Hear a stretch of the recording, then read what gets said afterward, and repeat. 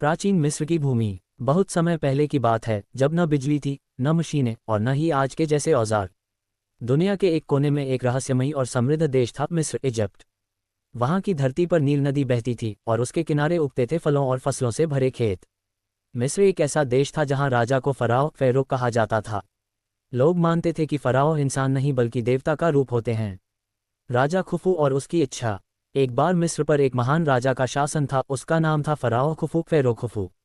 Khufu बहुत शक्तिशाली था, लेकिन उसे एक बात की चिंता रहती थी, मृत्यु के बाद क्या होगा।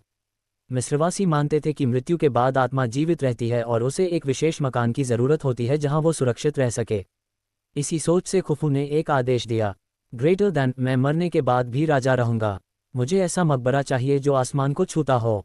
पिरामिड बनाने की शुरुआत। राजा खुफू ने देश के सबसे बड़े इंजीनियर हेम्यूनुक को बुलाया और कहा, ग्रेटर दैन, एक ऐसा मकबरा बनाओ जो हज़ारों सालों तक खड़ा रहे, जो दुनिया को मेरी ताकत दिखाए।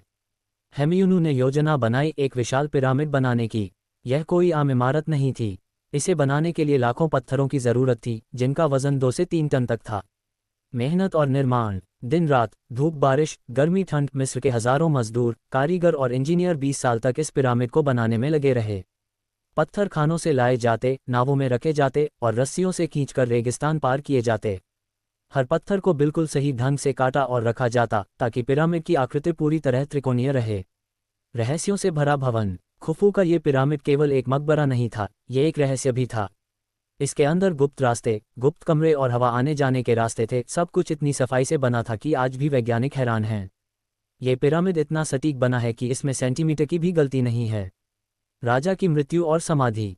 जब फ़राओ खुफू की मृत्यु हुई तो उसकी मम्मी शरीर को विशेष विधि से संरक्षित किया जाता था, को पिरामिड के राजा के कक्ष में ले जाकर रखा गया।